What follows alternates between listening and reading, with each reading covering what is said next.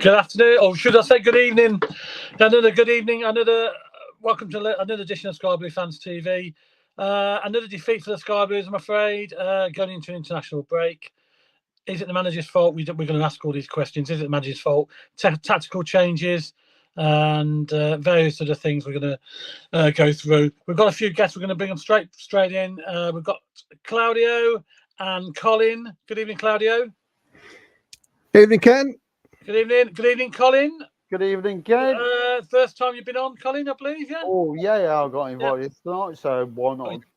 Why not? Reviews, yeah. Yes, why not, mate? We've got plenty to go through. We've got to say, we've got a load of things to chat about after yesterday's disappointing another home defeat, I'm afraid. This time at the hands of Sheffield Wednesday. And this, basically, is what Claudio thought straight after the game yesterday. Okay, we're here up at the CBS, up in the box, and not a very good result today. 2-1 defeat, another home defeat. Claudio, what do you think? Another home defeat? What went wrong? I think it went wrong from the start, Ken. Another slow start. You can almost say what's going to happen during our games. During the week, Tuesday, we started on the front foot. We looked good, we looked positive, we drove forward. Today, yet again, we started slowly. I thought Sheffield Wednesday dictated most of the play today. Bannon, 34 years old, controlled the midfield. We looked weak in loads of areas. Mason Clark out of position. He doesn't look comfortable there. Recruitment's not right. I mean, how come we've got no cover for Sakamoto at all on the right side? It's incredible. And then, of course, substitutions. We don't make any. We made one all game. They made 4 or 5 changes throughout the game. They freshened it up. In fact, he took off their 2 best players. Yeah. And I said to you, with 17 minutes to go, I said, I can't believe he's took them off. They've been playing brilliantly for them. And, of course, they managed to get a winner. Do you think he started with the wrong team? He made no changes from Tuesday. But I think it's got to be fair to the players who finished the game on Tuesday because they played really well. I mean, we've had an extra day rest. That never used to be a problem 20 years ago or even 10 years ago. That's not an excuse. It was just poor all round today. We had our moments, but not enough. And 28,000. Yeah, brilliant. It's almost like these players are freezing in front of big crowds sometimes. It's just not. And we go into the international break with another defeat. Yeah, and then of course the traditional defeat at Preston to follow. So. As I say, I don't look at the table until Christmas, so it's a good job, isn't it? Wow. Is Robbins under pressure, do you think, now? I think he's definitely under pressure. Yeah. I mean, I wouldn't say borrowed time, but, it's not great, is it? This is meant to be a fortress. Like I said, there's 8 defeats, the last 15 home matches. That's not very good. That's sort of the form of a relegation team, isn't it? Yeah, definitely. And it's continued from last season. Yeah. Home form is important in this league. You've got to win your home games. Anything away is a bonus, isn't it? And Sheffield Wednesday aren't particularly a good team away from home, so it's a poor result. That's what I mean. You play against the top side. I don't think Sheffield Wednesday are a top side, and you don't beat them, you're going to have problems, aren't you? And you can see it out there that we didn't. I don't think we competed enough today. It was a niggly game, wasn't it, as well, because there's a lot of free kicks. Well, also the 2 goals are poor. Yeah. First one, Kitchen, terrible defending to head the ball out like he did and lose possession. And the second goal, Milan, awful pass inside to Ben Sheaf. Ben Sheaf couldn't make the tackle, and we're on the back foot and we're in trouble. Yeah, no, it looked slightly offside, but he didn't. Well, just look back at it now, and I think he was just on. The guy was just on. Yeah, side. we thought it was off. We had we just had to look back at it, and very poor, very poor. Into the international break, Preston away now. I don't have much hope there, but I'm going up there. But I am making the trip up there. Yeah, I've had to finish this off. Look. Okay, there you go. Thanks very much, Claudio. Cheers, mate. There we go. That's what Claudio thought straight after the game up in the box. He was up in the box. Claudio's appearance in the VIP box seems to concede with the poor results, doesn't it? Could his presence be bad omen or just an unfortunate timing? Well, get your comments in. Get your comments in. What you think? Banning from the box, I say. Also, the 10-match marker. The 10 matches coming up. Obviously, fans are looking to analyse a critical point in the season and look at it with a 10 matches gone. You can sort of judge where you're going to be or where you're near enough where you're going to be come the end of the season, even though there is still a long way to go. And as we know, we started poorly last year as well. And of course, tactical adjustment from Robbins. Not enough subs used. He only used the 2 subs yesterday, where Sheffield Wednesday, I think, used most of theirs, where we needed subs to become. We needed fresh legs on there, clearly, and they weren't used. So we'll get all your comments in. All your comments come in on all them points, please. Welcome, and all welcome, and obviously we'll go through them. And we'll go through them as soon as we can. Colin, yes. Sorry, King. I'll just say one thing. That Robbins is saying now that he's got 5 players on international duty. Okay. That are going out. And then he's turned around and said with the injuries, he's only got, 13 players to choose from? Yeah. Yeah, 13, 14 to work with, yeah. Yeah. So the annoying thing is, where are the academy players coming through? It's not what you said, Claudia. Where are they coming through? Yeah. Well, They're not at the moment, are they? We haven't. I think Josh Eccles was the last one really to come through. Kai Andrews was on the bench, weren't he? Did he come from the academy? He was on the bench, wasn't he? And he's not really played that much, has he? So we can't really judge him. But certainly Josh Eccles was the last one that's really come through and got a first team place, if you like. So where should we start first then, Ken? What point should we start with first? We're going to start with another home defeat, and we'll start with that because the record's not good, is it, Claudio? No, and it's so poor. The talk is, you win we hear it all the time. You win your home games, you draw the away games. Well, we're not, are we? We've played 5 home matches if you include Spurs. We've lost 4, I think. That's just shocking. I mean, I said in there, you asked me if he was on borrowed time, and I said maybe quite not just yet. But if I woke up tomorrow morning and I see on the Telegraph news, whatever, or on the forums, Robin's gone, would you be surprised? I wouldn't be surprised. I just would not be surprised now. And it's sad, really, because this is an awful ending if it is going to be like this. I mean, hopefully he can turn it around, but I'm beginning to think we're fresh out of ideas, and we cannot continue with this home form. We've got 28,000 people who've made the effort. Whatever people think of Don King,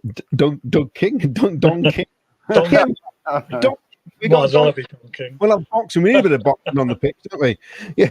Whenever we think of Mr. King, he's actually tried his hardest in some ways to get bums on seats. And whether it's with clever merchandising and the gift of the gab, and some people feel like they're being a bit conned at the minute, the main thing is, he's got people coming in. And I think, and I think that's brilliant. But now, of course, he's thinking, I've got bums on seats. What am I watching? So, Chloe, can I ask you a question? Yeah. So, why is Binks on the bench? Why is he not playing him? Well, that's I'm surprised myself because I think he's a better player than Kitchen and Thomas. To be honest, I think he's a fan. But obviously, Robbins took the decision to drop him. I thought he was very lucky to get dropped. And that's the manager's decision, I suppose, at the end of the day. But personally, I think he should be playing. Well, the 2 standout players I thought against Tottenham was Bissett and Binks. I've hardly seen any of them since then. It's just fine. That's the manager. I can't. Well, maybe it's not. I don't know. Maybe the team sheet's been slipped under the door again. We've got guys like I don't understand it. In front of 28,000. That should motivate any player to put in a performance, shouldn't it? Really. Yeah. Whereabouts you sit? Whereabouts you sit? What, me? Yeah. What block? Block 19. Right. So I'm normally in 18. Yeah. I'm block 19 in the middle. Yeah. I mean, what did you make of it watching? It's funny because depending on which part of the ground is, sometimes you can see a game differently, even though we're watching the same game. I always find behind the goal, I can never quite work out what's going on. Sometimes it's a bit difficult when you see working out the gaps in the play and positioning and all that. And we're high up, so from where we were yesterday, you get a fantastic view of the whole pitch. You can see the spaces that we weren't creating, basically. What did you make of it? The actual performance, then? I think the performance, they just lost it in midfield. There was nothing there. no performance. You know what I mean? And the only one shot we had on goal, when we scored. You know what I mean? In the first half. Okay, second half was a lot better, but midfield wise, defensive wise, I think we're really struggling in defence. You see what I mean? Yeah, I mean, obviously, me and Ken were sat together. We were like the two guys off the Muppet Show, weren't we? In the balcony, the amount of grumbling we were doing. Yeah. Awful. This is rubbish. This is terrible. Get them off. We were like that. I can't remember the names now, but it wasn't good enough, was it? Is it, Ken? It's just not good enough. It's not good enough, and I don't know whether Robbins knows his best 11. You know, because he keeps chopping and changing, and players are playing out of position, and I don't like that. I'd rather have players playing in the right position. You know, not in a different position. Mason Clark, for example, you know, that's not the position we bought him for, is it? I know Hadji's playing out there, but if Hadji's not doing the job, bring him off. Simple as that. All the footage we've seen of Mason Peterborough on the left-hand side, bombing past players, cutting in and shooting. And I mean, obviously, you're going to see the best goals, aren't you? You're not going to see the ones that hit the back of the stand, but that's what he does. But he can't do it from the right. And the reason he's playing on the right is we've got no cover for Sakamoto. Yeah. Just 1 second. Did you see the tackle on Bidwell? Yes. We'll get to that.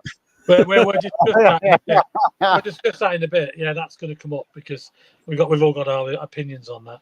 And perhaps the goal scorer should never have been on the pitch to score that goal, but that's another matter. Tactical wise, then, I mean, is it the coaching? Is it because of ADV leaving? Robbins has lost a bit of it, tactical wise. Okay, let me read out. This is a bit of what Mark Robbins said. If you can bear with me, then we probably need to get some comments as well. Right, we shot ourselves in the foot. There are a lot of disappointments. The goals conceded and we lost the game. We conceded in the first half stoppage time, second half injury time. Even though Sheffield Wednesday made changes, they still played in midweek. You've got to make the best of it. We didn't. We let them off the hook. The game management wasn't good enough. We need to be better at that. It is disappointing. We are giving away so many goals and so many games away.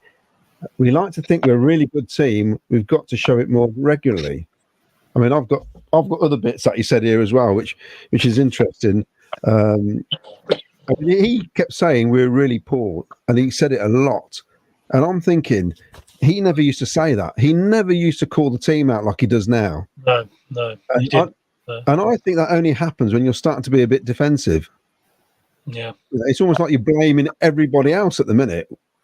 I mean, what are they doing? Tactically, we said it, we never make any tactical changes. It never happens. I mean, I said we only made one change. I'd forgotten Sims had come on, to be honest. Yeah. Not that he did a lot. What did he do? What did he actually do? He moved the player. Well, he didn't change anything. He swapped players around. But he didn't change the formation. No. And I don't know what you think, Ken. I'm not even sure we're suited to play with the way we're playing. I definitely think Bassett should have come on. There's no way. I mean, Sheffield. Well, I sat there and watched Sheffield Wednesday make all their subs. They brought fresh legs on at vital times in the game. But we obviously, and we played a day before them. Remember, in midweek, so we had a day ahead of them. So technically, we shouldn't have been, as tired as we were. But there's a lot of leggy legs, if you like, out there, and just not performing. We could see it from where we were. So I couldn't understand why Robbins never made any more subs. So the question, sorry guys, the question is, why didn't he bring on Bassett? Yes, exactly. Well, he's a forward player. I want, and maybe a straight forward player, and he influences the game. You know what I mean? So why do you bring him on? Just try and back the midfield and go attacking. And I don't understand why he didn't bring him on. No, yeah, basically he had Tavares on the bench as well. He could have brought him on if he wanted to. He could have switched it round. Just give them something to think about, Sheffield Wednesday. But he didn't. He made it easy for them, really. We just made it so easy for them. And, the goals, as you can see, that when the goals went in, they were just again, our mistakes, which just led to very, very poor goals that we conceded. You know, when you look back at them, you think, what are we doing? And I would like to go to 4-4-2. I know people say, oh, no one plays 4-4-2 now, but that's absolute nonsense. I mean, you can change formations just because for some reason everyone wants to play 3 at the back, or I don't know, a 3-4-3 or 4-3-3. You can play any formation you like. You play the formation to suit the players you've got, surely. You know, 4-1-4-1. I mean, it's just, at the end of the day, I can remember Sir Alex Ferguson saying, you can talk about tactics all you want. At the end of the day, it's down to the players on the pitch to do the job. Yeah. And there was too many players yesterday who were not doing their job. You know, and the second goal was a case in point. Milan's terrible pass into Sheaf, who really, why was it going there anyway? Why aren't we pushing it forward? And then Sheaf, he did kind of well to recover. Eccles, who's been booked in the first half because he was annoying me yesterday because he was forever the wrong side of his man and forever trying to grab hold of him. Well, you know what, Josh? Take the red card there because we've got minutes to go in the game. Just take him down. Just take the red card. That's what you needed to do. In fact, they did it. They did it to Hadji Wright. Before that, they pulled his shirt and they pulled him back. So exactly. Why couldn't we do that? We were so naive in the first half, the amount of bookings we got. And we can moan about the officials, but don't give him the chance to book you. You get booked for pulling players back. How about working harder and getting in front of him in the first place? You know, it was poor. Sorry, player. Yeah. So the question. So what happened in that goal scramble? You know, with what it was all like 19 players and like and all that. Yeah. I didn't actually see it. I didn't see what happened. I don't know either. I didn't see what happened. I don't know if it was a bit of a pushing and shoving. I've seen a video. Asante ran through and he tussled with the guy on the floor, and I think he trod on him. And then, it's stuff and nonsense, basically. Should we go to two yellows in the end, weren't it? 2 yellow cards. Do some comments. Anyway, look, got loads of comments to go through. Go on and have some comments and let Claudio see what people have to say. Right. Paul Cutterford, tried and trusted manager that has at least get more game credit, but then players are not up to scratch, and a poor squad that can't play 2 or 3 games a week. Paul Cutterford again. Mason Clark has done nothing. Sims is off the mark. We can't defend. We lose too much in midfield, and the forwards are poor quality so far. Yeah. GLB boxing. Even all poor squad. Yeah. Some have a stinking attitude, and Robinson game management leaves a lot to be desired. Before we go on, it's interesting, isn't it?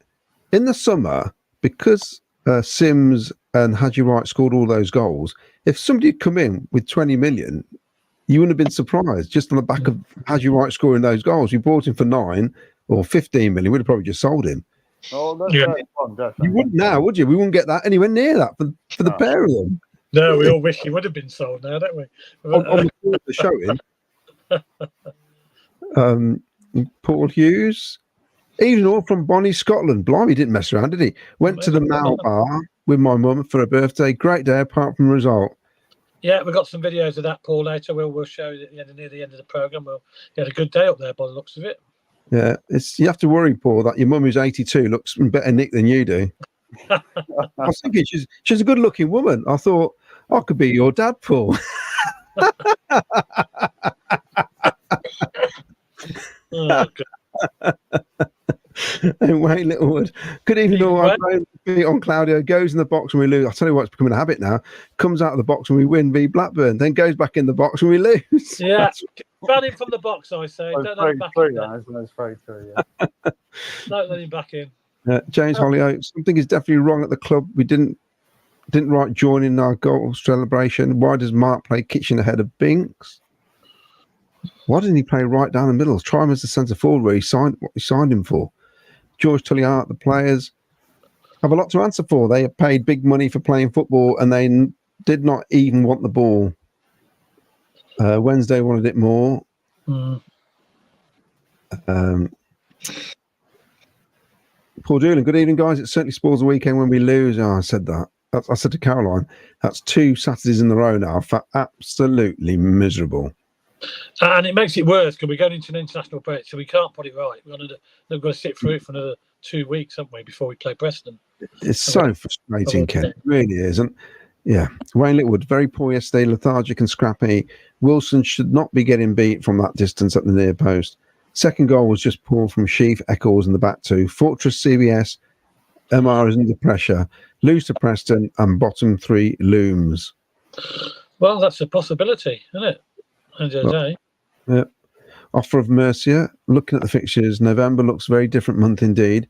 If we can't play through sides who defend well, we can't play against high press merchants who just who do we beat. Yeah, well, the interesting thing about that is as well is that he said in his interview they play a high press.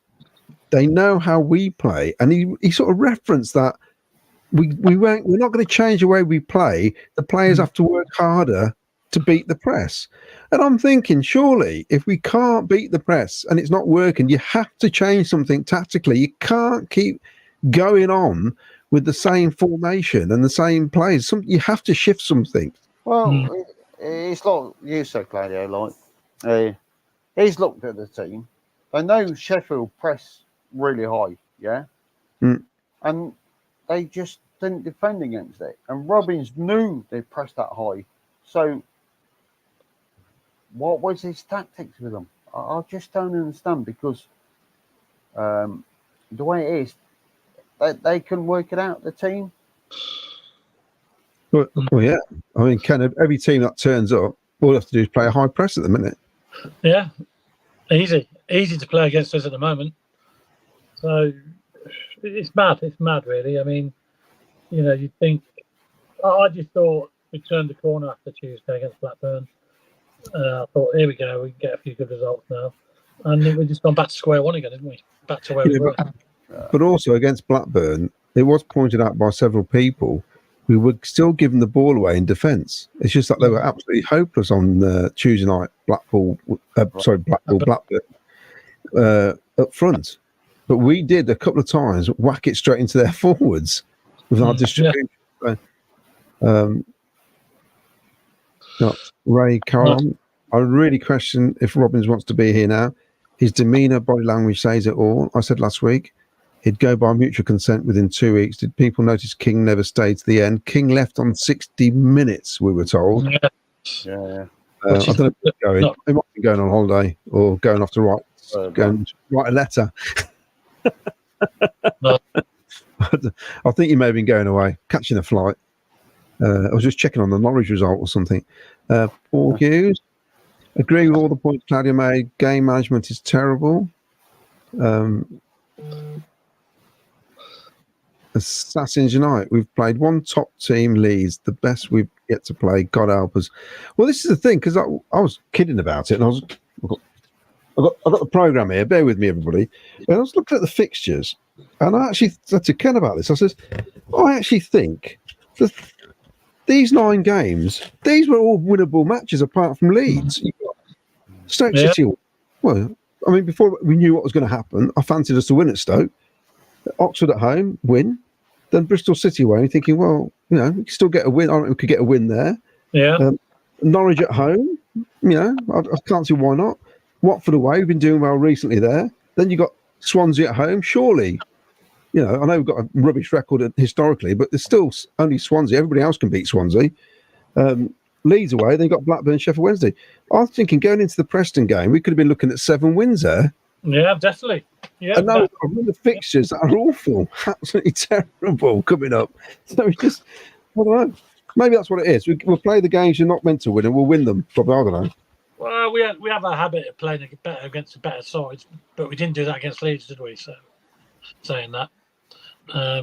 But yeah, any more comments? Let's have a look. Yeah, Liam was. What an awful weekend. Hi guys, hope you're all well. I think Robin sounded like a bloke out of ideas, and dare I suggest he's lost his motivation to continue.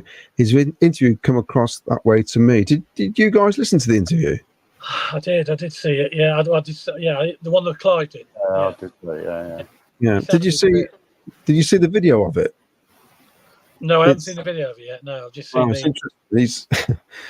I mean, his eyes looked a bit glazed to me. It's almost like he wasn't there. Like it's just the same, saying the same stuff. And we saw him at the end because you said to me, "Look at him sat down there now, like bewildered, like as if to say, well, yeah, you know." To me, I would have been on the pitch yelling like a nutter. Basically, if that had happened, it's almost like that's what I expect. It was, it's almost like he felt it was going to happen. Yeah, it's so frustrating because I, for one, expected a good season this year, and we all to the squad. We all thought, oh, we've got a good squad. Some people said, look, we've got a stronger squad than we had last year. And then obviously with O'Hare going, and then Casey Palmer going was a big turning point. I think nobody expected that, but it left us short. And then we got the injury to Sheaf. We just didn't have enough enough depth. It's been shown we haven't got enough players to cover for injuries, have we? Yeah. So what? 1 second. So what you said, Claudia. Now with the academy, you don't seem to be getting it. Academy players coming through, do we? And we never sit on the bench, and we don't know what's going on there, do we? No, and they've promoted within the two coaches of the academy who've done they've not performed at all, the academy, and they're the assistant coaches now. I can understand if these academies were doing incredible and there's floods of players coming through. I mean, Sunderland got 3 or 4 that start from most weeks. They've come through their academy. At the minute, we don't seem to. We send them out on loan all the time. We hardly give them a game. But did you see the Robbins interview afterwards when he turned around and says, "Oh, there's players out on international duty. We got injuries. We ain't got academy players coming in." Well, why did he say that? But there's obviously a problem with the academy at the moment because there's clearly not enough good quality players coming through. So why that is, I don't know, because we've always been a club that has at least 2 or 3 maybe good quality prospects. But the ones that have gone out on loan, haven't they? I mean, we've loaned players out, to be honest. Well, I was about to say that. You're telling me Burrows couldn't have done a job on the right for us while we're struggling? Yeah, definitely. So the policy is, I mean, I've said it before, we don't loan players, but we loan players out. It makes no sense.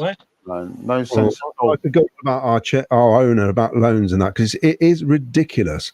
No club has been promoted out of this division without loan players. They've all had loan players, and that's what they're there for. Loan players to help you out in a situation like that, like we're in. It's an absolute nonsense. And I mean, if he's always worried about is the sell-on fee, well, we're going the wrong way about it, because we're paying too much for the players we've brought in. If we want to sell them on, we're not going to make the money back on Liam Kitchen. No chance. We're not going to get back 4.5 million. We're not going to get that money back on Mason Clark either. The only player that's shining for me is Rodoni. He scored a good goal. He scored a good goal yesterday. I mean, he did all right. And he shoots. A lot of the players don't bother shooting. If you don't shoot, you don't score, do you? But and that's what we don't do enough of.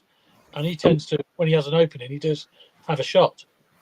And what's frustrating is, up until that point, we weren't really in the game even, were we? No. We were saying, I can't see where we're going to get a goal here. And then he comes, Bitterscore scores a lovely goal. We think, okay, brilliant.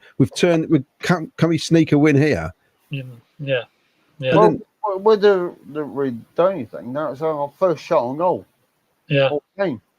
And then we scored. Yeah, so... Colin, for who would your the players we brought in? Who's impressed you so much out of all of them that come in? I'll say Rodoni. I like Rodoni. I think he's all right. Thomas Asante. I think give him a chance. He'll be there or thereabouts. You got to play him. Yeah. And like, the thing is, it's like everyone's saying, had you right. But just give the guy a chance again. Just like bear with him. He's being played on the left. He don't like being played on the left. We know that. He's a striker. That's why he wants to play up front. You know what I mean? And I know he's getting frustrated. And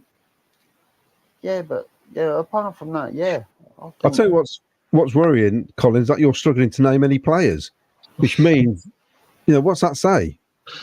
But, you know what I mean? Not about you, about the team. That you can't just go bang, bang, bang. These players are being great. No, that's it. That's it. That's what I'm saying to you. They're the only ones I can say that have actually come in. Okay, I'd say, I'd ask the question. But would you agree with me, though? I'd ask you the question: are the players that come in better than the ones that have gone out? I'd say no. No. I would say no. Definitely not. No. That's clear enough. Yeah. Well, there you go. Well, that's my opinion. Well, it's a lot of people's opinion, I think. Yeah, so a lot of people are thinking the same now.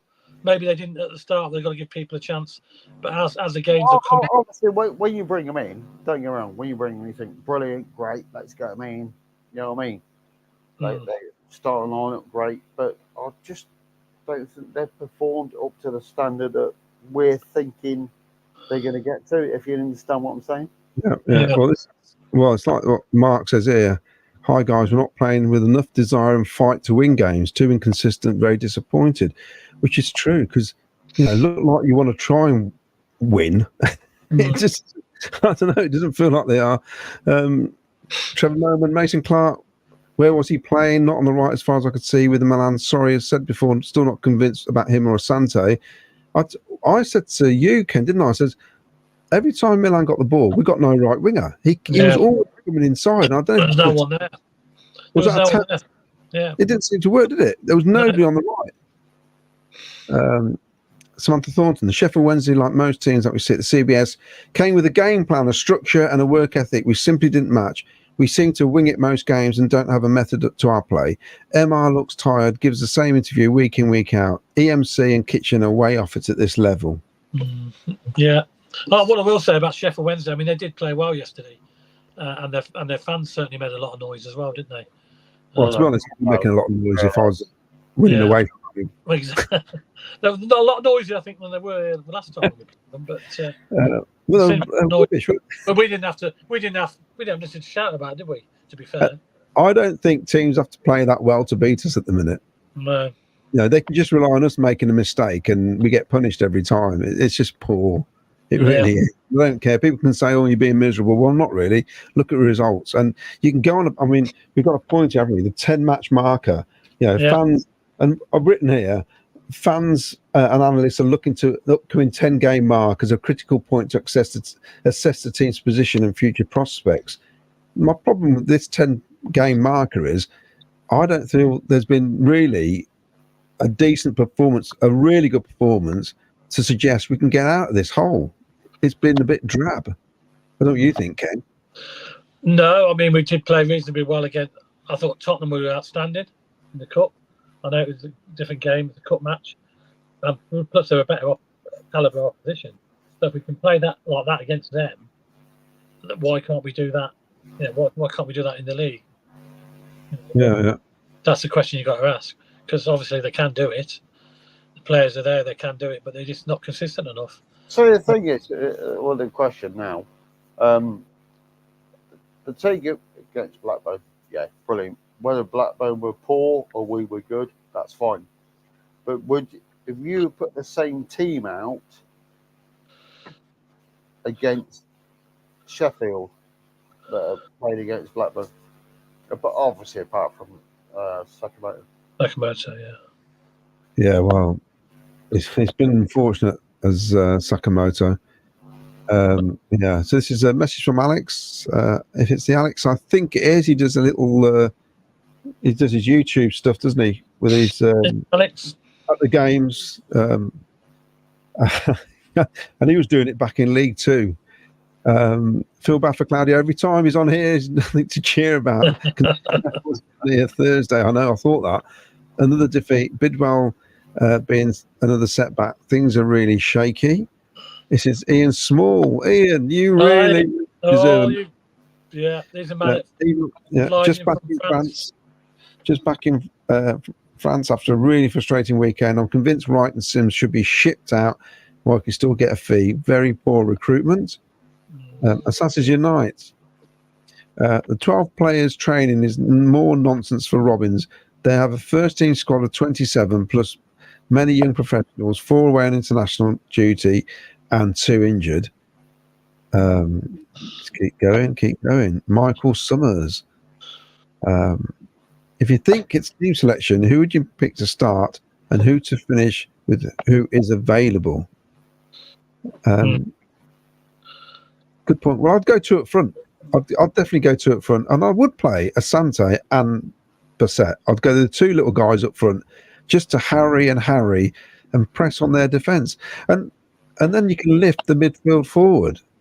I would bring Binks back in the team, definitely. Yeah. Oh, definitely. We were stuck now at left back. We have to play De Silva because we didn't get anybody in the blinking window. Like everybody, I mean, us mere mortals who know nothing about football apparently. We're suggesting we need a cover at left back, a cover at right back, a central defender still, and somebody in midfield. These are all the positions we haven't got any cover in, really. Yeah. You know, and we bought a young keeper. We bought a young keeper, and somebody pointed out to me, is it a record? Was it Rich Overson that, Ben Wilson has displaced 4 keepers since he's been here? He's been there, number 2. We've signed 2, and we keep signing these keepers, and he's still our number 1. It's absolutely ridiculous. Miles said it: go out and get a proper keeper if you want a keeper. Don't mess about with young lads. I mean, do we really want to get out of this division or not? I'm not sure he does. I don't feel that way. Sorry, mate. Just a question. Right. Who would you play in goals in the next game? Well, I personally just I've got to keep. Would you? You change it to Milan, would you? No, keeper in goal. Keeper. No, I'll keep Ben Wilson in. Yeah, but I don't think it matters, Ken. It really doesn't. It's kind of to the defence, isn't it? At the end of the day, yeah, they're making mistakes. It's like what you said. Kitchen made a mad mistake. This guy doing a 50-yard run went through, and it was goal. And you can't blame Ben Wilson for that. No, he did make a great save as well. If you remember, he was clear on side, and you blame the goalkeeper. It's just down to the defence, isn't it? Yeah. I've just got a bit of buzzing coming through, Colin. I don't know if it's coming from your headphones. Oh, in a minute, mate. There's a bit of buzzing coming through. Let me just mute Colin a minute. Yeah, it's coming from Colin. Oh, yeah, it stopped. Yeah, so it's Colin's headphones. Yeah. Wayne Littlewood, away teams come to the CBS knowing currently they are in for an easy game. There's no fear playing us whatsoever. Ideas have disappeared and the team have no fight. Had you right back to his usual self yesterday? Ian Courts, teams come to the CBS and play the dark arts. We don't. This is from Ray again. Agree with everything Claudio said. End of the day, buck stops with the manager. There's no room in footy for sentiment. Glad my gallbladder stopped me from going back on the 26th. Recruitment again. This is this whole thing. Assassins Unite. The recruitment is shocking. Kitchen and Clark are combined 9 million. They were lucky to get $1 million for both. You're right. Yeah. And join Evening, Waldorf, and Stavros. I don't think it was Stavros. This is from Glenn Watkin. Simsy scored v Watford, played well, then dropped. Must be bewildering for him. It probably is, isn't it? I'll bring you back in a minute, Colin. Wayne Littlewood, the second half was slightly improved, but Wednesday always had a threat and didn't look under pressure for most of the game. We actually had a few last-ditch tackles that could have made the scoreline worse. Did you notice, Ken, they had a lot of pace as well, didn't they? Way more. We don't seem to have any in our team. No, every time they were looking going forward, they were looking at really pacey players, weren't they? They were on it all the time. Took the players on. They got past the fullbacks all the time. And in fact, they took as you said to me, we were chatting. They took a couple of their best players off, didn't they? When they made the subs.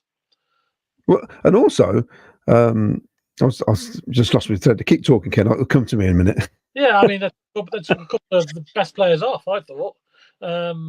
They had some fantastic players and they looked a lot better than we. I mean, we played them 6 times last year, and they looked a lot better than they did last year.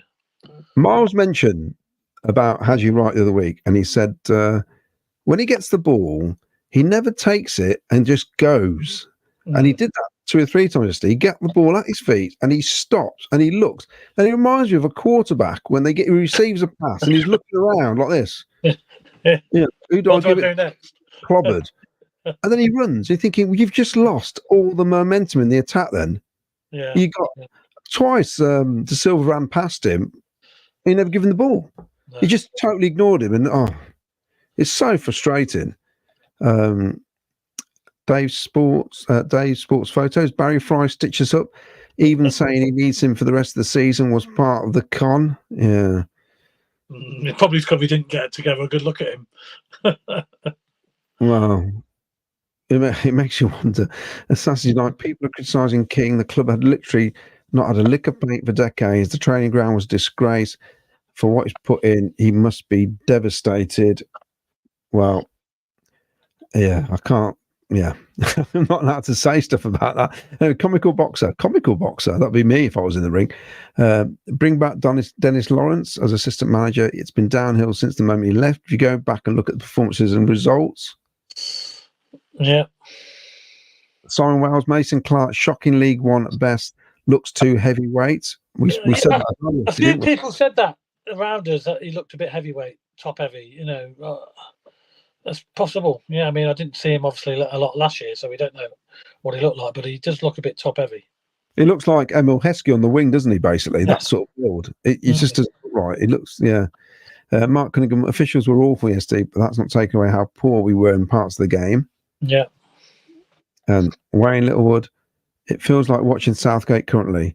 MR is under pressure. In his interviews this year, he was more angry in calling out the squad.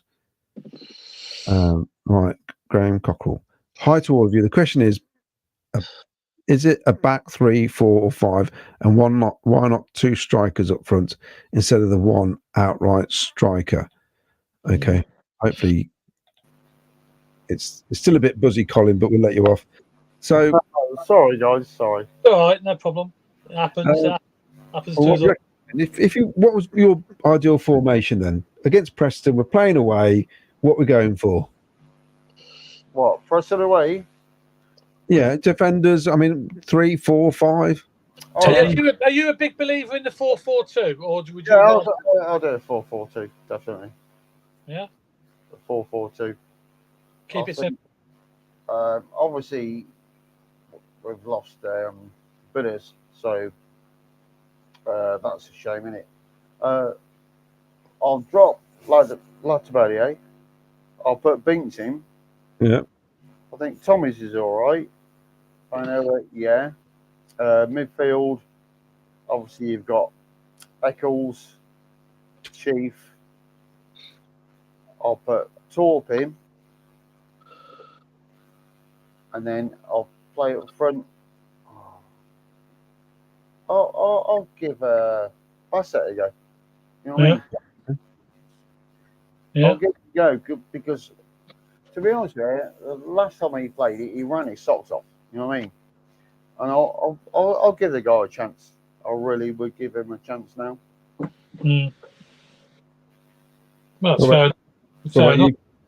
I would, yeah. I mean, I'm a big believer in 4-4-2, to be honest. But you've got to play to what players you've got, haven't you? You know, players that can play in the system that you've got.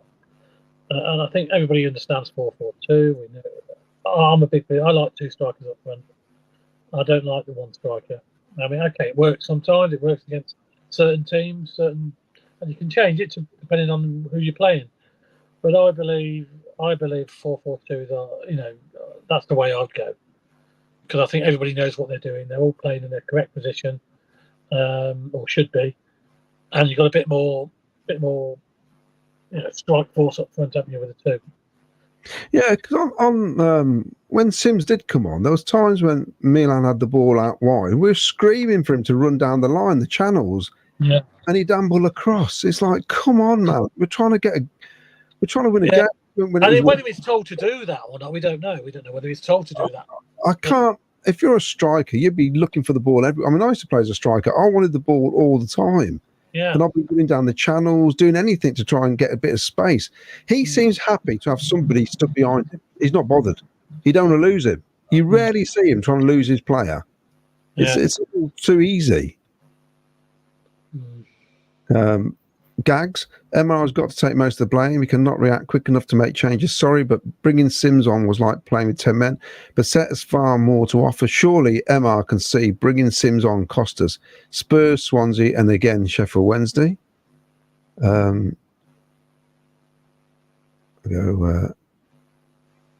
Costa Costello. Naive, lack of concentration cost us both goals yesterday. And going forward, didn't look particularly promising either. There has to be a direct correlation to AV leaving for me, PUSB. We'll read this from Gavin, who we met outside the ground, Ken. Yes. Even though I wish someone would get rid of that gun as we keep shooting ourselves in the foot. We need to change formation to 4-3-1-2 or 4-4-2. EMC on the left, Sims with Bassett, BTA. Teams have sussed us out. It's easy for them to pick us off. Lack of leadership is the biggest problem with the squad. Shall we cheer ourselves up, Ken? Have we got anything we can look at? That's a bit more. Let's have a look at some of the. Let's see what Paul was up to yesterday. Paul Hughes, one of our viewers and our fans, he was up in the new lounge yesterday, and this is what it was like. Hi everybody, we're doing a quick video, as I promised, of the Mayo Lounge. It's absolutely fantastic. We've been got our first sangria. I'm going to do another video when my mum gets her food, so that's just sat there. Everybody's really welcoming. That's Brian, who is our host, and as you can see, absolutely fantastic.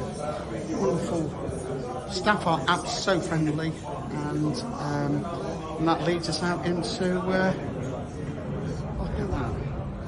Doesn't they look fantastic? So I again will give you another update and a video of the food, but so far fantastic. So the food's arrived and Mother's about to tuck in. None of this is mine, by the way. It's all Mum's.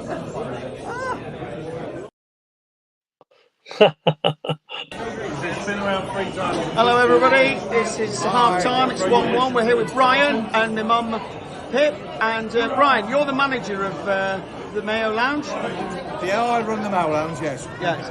And why should people come here? It's a unique experience. You're not going to get anywhere else. There's nowhere else in the Football League that does full tapas bar.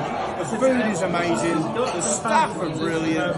The booze is included in the ticket. What else can you say? And then you get to watch the football and watch the booze. Yeah, brilliant. Mum, has it been good? It's been amazing. Really. Thank you. Brilliant. Keep going, Harry. Okay, Carlton. Welcome to the club. You've been here a couple of times, and he's always got a great story. You know so many people. Who signed you for Coventry? Well, Gordon Stratton signed me, but Ron Atkinson tells me the story that when Ron came here, Ron tried to sign me when he first came here, and when Strachan took the job, he advised Strachan to sign me, and Strachan said, I don't know if I can handle it. Oh, there you go. There's a few videos that Paul did us proud of. He was up in the lounges where we were. He was just along the way, actually, at the new tapas bar right at the end, and we'll have to try that out, Claudia, won't we? Yes. I'm getting a reputation. I keep thinking, Colin, are you sat in a boat, Colin? The amount of bobbing up and down you're doing. I'm just thinking about the other box you're going to sit in next week, that's all. No, he's banned now from the box for a while. We need a few points in on the board. I'll just say one thing. You know when my mates say... Colin, where you gone? You're disappearing off the screen. Oh, yeah, that's it. That's better. Right. Okay, so my mate's got a box in there. I think there's 12 of them, pay 1,700 quid, whatever it is, for the season. Yes. Yes. So when it comes to the Tottenham game, they were in the cup. They wanted £240 per Yeah. person to go in the box. That's right. That's right. No, we're not paying that. No. Yeah, all the cup games are extra. It's and they double it. It's just a bit naughty, really. Yeah. Right, just people don't go. Don't get me wrong, they've paid us 1,700 quid each. There's 12 of them have paid it for the box. And they're asking £240 for one game. That's why they've bought a £37 ticket to go in. Yeah, we're in the box. Yeah. Yeah, I take it you was, yeah. No, it's like a Doug King's way of getting extra more money. And a lot of people didn't take that offer up. Simple as that. Simple because it's 2D. And there's a lot of boxes sitting up there empty, not being used. Right, let's get some more. So, what's interesting is this is the first time we've done the show this season. I've yet to see a positive comment of anybody saying we'll turn this around, which is interesting. That's Tuesday, because Tuesday night after last Tuesday, there was a few positive comments, but now it's changed again. Yeah, I'll read this out here. I'm just going to mute you again, Colin. All right. Robbins can fool some, but the book stops with the manager. He spent more money than any Coventry manager ever, 43 million on average players. He's never signed a goalkeeper. 5 signed, Wilson back again. This is what we're saying. Trevor Merriman. I counted 9 Coventry coaches, blue tracksuits on the pitch before kickoff. Why? What? Who? Yeah, 9 Coventry coaches. That's more than the actual official coaches took to Leeds, wasn't it? It was actually. What a shambles that was as well. Your average Cov fan never knew the Wilston Raider was a Cov fan. Got no fans. You must get that a lot, Colin. Do you get that a lot? Yeah. You need to bring a carrier bag with you next time when you're at CBS. Mind you, don't bring a carrier bag and a bottle because you might get people chucking change at you. Anyway, right.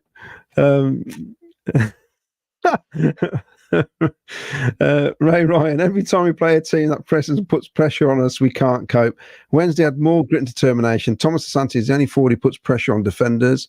Right, now this is a good talking point, isn't it? Tackle on Bidwell, yes.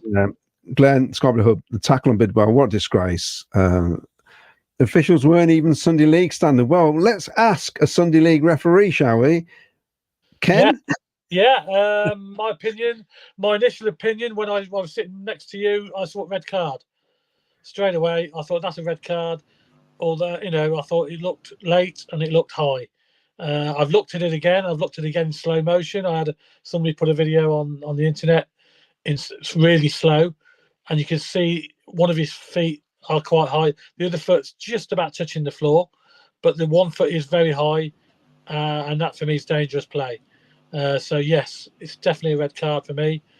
He got away lightly there. And it just so happens, obviously, that was the guy who went on to score the winning goal. So it's just our look. So, yeah, definitely a red card for me. What about you, Colin? Do you have a good view of that? Yeah, I've seen quite a good view there, actually. And I thought it was definitely a red card. He was way after. No, the ball had gone. It totally took him out. And you know what Binks is like? Binks is a solid player. You mean Bidwell? I'm sorry, Bidwell. I apologise. Bidwell's a solid player. And if he gets injured, you know he's injured. You know what I mean? He's one of these ones that will carry on playing, and you know he's been hurt when his actions come off. Yeah, I mean, and the thing is, it's even if he didn't touch him, the player's out of control. He's just completely flown in, hasn't he? Yeah, it's dangerous play all day long. It's a red card. On the video, although it's in slow motion, I was kind of hoping it was in normal speed because it shows you how bad it is in normal speed, the speed of where he hit him. And I think he took him out, but I think Bidders tried his best to get out of the way as well, as it could have been even. He'd have snapped his leg. Basically, He broke his leg. Yeah, he's done some ligament damage anyway. So the referee had a good view of it as well, from where I could see where he was. Well, what's the liner doing? Exactly. There's 2 of them there. Definitely a red card. I don't know how he got a yellow card out of that one. I really don't. He was booking people for hardly anything, and then There's a tackle like that going on, and he doesn't get his red card out. I was amazed. He was very, very lucky boy to stay on the pitch. Yeah, it's just the way in some ways, that isn't, we're not getting luck in that respect, really, because it would have changed the game in our favour, but it doesn't take away from a poor performance to that point anyway. No, exactly. Yeah, there's no excuses for our point. We weren't doing it. We weren't nowhere near at the level we should be at. Nowhere near. Here we go. Oi, is this right? Assassins Unite. I just wish I could be positive. I'm fed up of going to work peed off and arguing, but 22k didn't put up good money for this. This is true. We should replay a show from the first game and before the first game to see how people were feeling and how upbeat we were before the season started. Do you think just on that 22k attendance? Do you think people will get fed up now, and if it carries on towards Christmas, will them gates? I know they sold 20-odd thousand season tickets, but will people give up their season, not turn up? Do you think we can get gates now go below the 20,000 mark? Well, I think. Well, yeah, I think some people will choose if it's freezing cold. Yeah. In a midweek game, we've got all the bad weather to come, haven't we? People, especially if you live far away, we've got fans coming from all over the place. Yeah. They'll choose not to come if they're not that bothered. They can watch it on the telly. This is a problem now, you see. Yeah. I mean, I know somebody midweek, he missed the Blackburn game, and he didn't go because of the weather. It was unbelievable. And he said, I can watch it at home anyway. Yeah, and that's isn't it? I know a guy that comes from Barnsley, season ticket holder at Coventry City, and he comes down midweek, weekends, everything, and he travels, and he says sometimes it's horrendous. In the traffic, midweek. Yeah. In good 2-3 hours, he doesn't get here, but he turns up every time, and that's the dedication with like people that are travelling, the long way for season ticket holders. Yeah, it must be. I mean, we only travel a few miles, it is frustrating. But I can certainly see the attendance is dropping if the form continues the way it is. Well, and did we sing One Mark Robbins on Saturday? I don't think we did we? I can't remember. Not on Saturday. Just been calling in. Yeah, we did. Oh, we did. I know we did on Tuesday, but I can't. We did on Saturday, did we? Yeah, we sang it 3 or 4 times. It was probably just the once. When the fans stop singing the name, that's when the manager has to start worrying. Yeah. It's true. It's true. Well, saying that, I haven't heard Doug King's song being sang recently. No, I mean, yeah.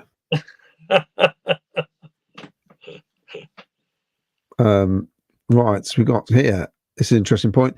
Alan Arkins, Eccles is not good enough. Too many mistakes in him, getting caught out of position and not being able to track back.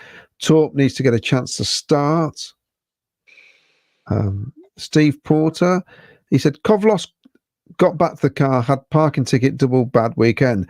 Well, you should park. And where can he park, Ken? Yes, we have parking spaces available for all home games. And I'm just going to pull up the information now. There we go. Home game park.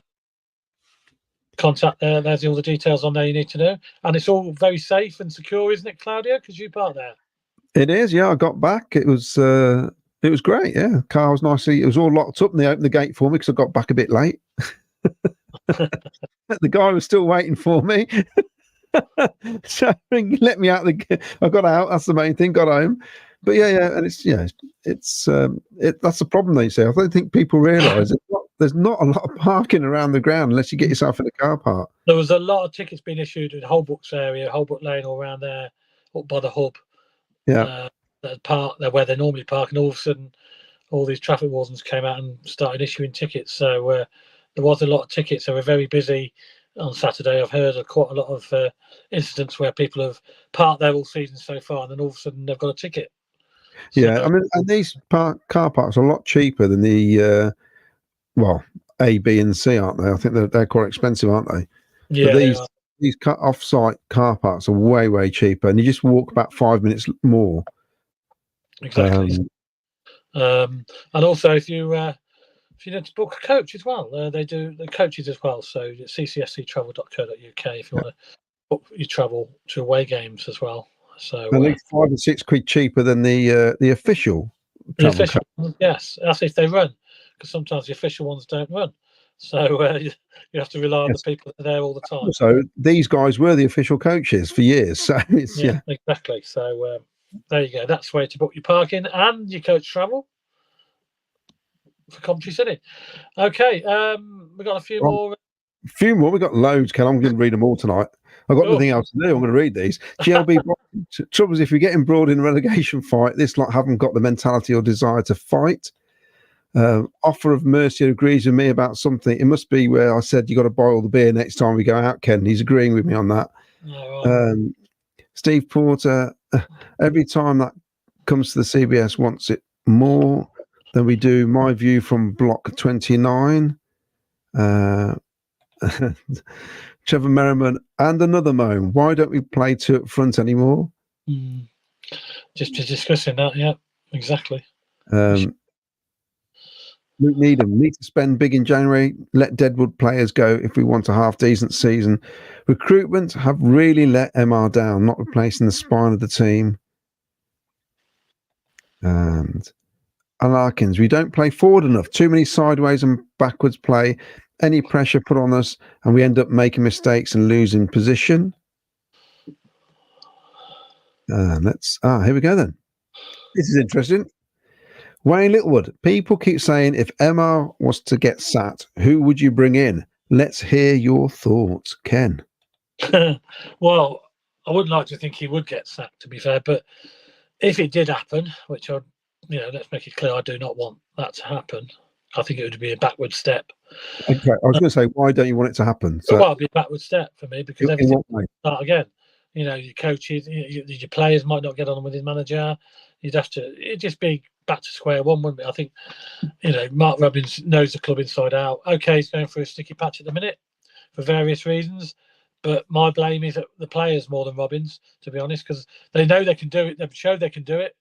They play well against Tottenham, and in pre-season they were okay, and then they just one game they were at it, next game they're not. That's not acceptable. The players know they can. Can I make a counter argument? I'm not saying I want Mark Robbins sacked, but it's not his coaching staff anymore. Well, no, it's not. It brought them in, whether it was his, we don't know what happened, obviously, behind the scenes. There was a bit of a reshuffle with the coaching staff. Whether that was Doug King's decision, obviously, to bring in the people he did, or whether Robbins... It's not Robbins' decision, that's for sure. Yeah, but did Robbins earmark them and say, yeah, I want them people in? Or did Doug to go out and pick them? We don't know. Who picked them? Them individual people. Who picked Boateng? So the question is, who would you bring in? Who to bring in? There's not many people out there, really, is there? To be honest, you'd have to look someone like, whether they'd come here, someone like David Moyes. Okay. It'd be a good quality manager, and he certainly know what to do. Experience, isn't he? Apart from that, there's not a lot out there. Right, Colin, what do you think? If he was to go, who would you like to see come in? Or, I mean, you may not want him to go. Well, obviously, we don't want him to go.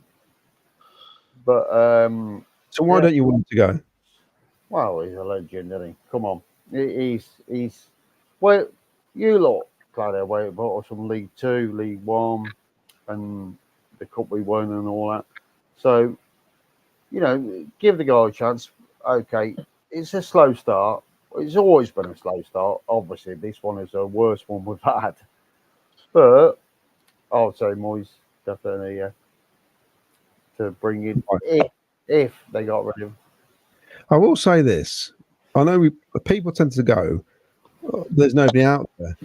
There's 1,200 professional clubs in Europe have all got a manager. I cannot believe not one of those would not be good enough. You know what I mean? This is what I don't understand. I'm on about people who are available for no cost. Doug King Yeah, won't want to pay any money. With no cost. He ain't going to pay the money to get someone in. Of course he ain't. Doug won't put his hand in his pocket. You must be joking. He might not to, but he might have to, because if he wants to replace him, that's what he's going to have to do.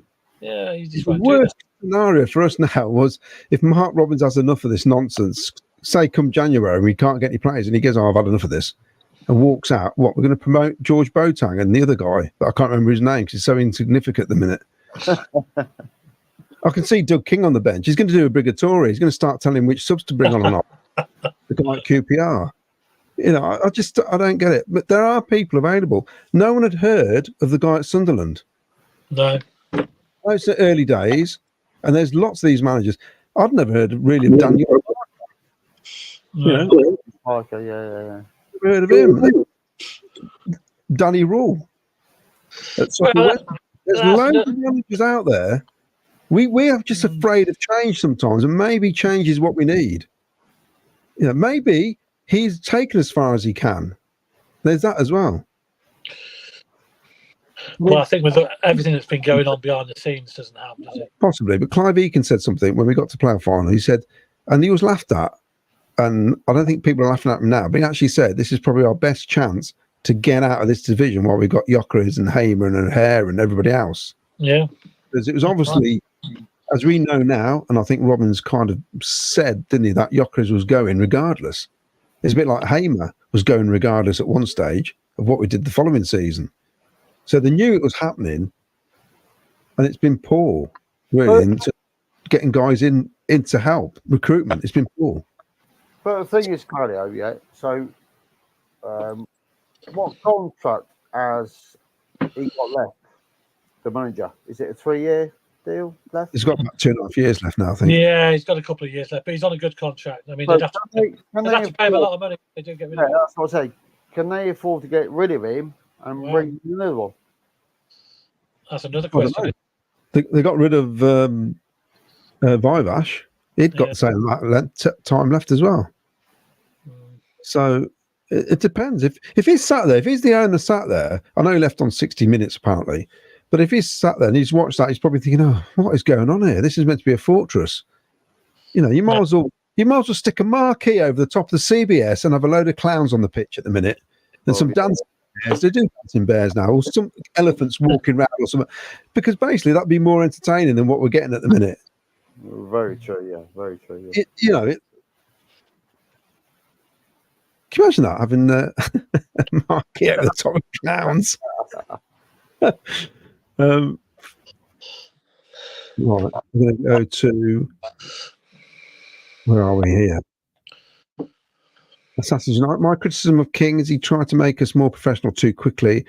It's not so good. Dr. Dean Austin and the recruitment team, who keep providing 4 players and 20 coaches with little experience. Mark Patman, I hope we turn our season around. I think we need some better players in January window to help us survive the drop. Mark, thank you. Back 2 signed from Barnsley, Rudoni from Huddersfield, EMC from Peterborough. We shouldn't be surprised where we are. They're all League One players. We've said that in previous shows. Daniel Worden, and there are many opportunities to experience your. Are there? No. Answer that question. Wayne, we really are missing Palmer now. It's that little bit of creativity that's lacking. He was never consistent, but at least we had something with him. Currently, we have nothing. He would have been ideal to come on against Sheffield Wednesday. Well, even start at the minute. He's got no players. Yeah, he would have been ideal. Like, give him, it was just some of that little extra spark, as Wayne says. Assassins United, it's the strongest squad we've had on paper for 23 years, but they have no spirit or desire. Wow. But who keeps, I don't know, well, I'm not sure 23 years. Stephen McGovern, Man City keeps nabbing our academy players. Mark Cunningham thinks a lot of the trouble started when Vivash left. Costa 51. Naive and lack of concentration cost us both goals yesterday. Robbins doesn't look happy at all this season. I'm sure there is a correlation between the ways things look and AV leaving for me. Latti and JDS League One level.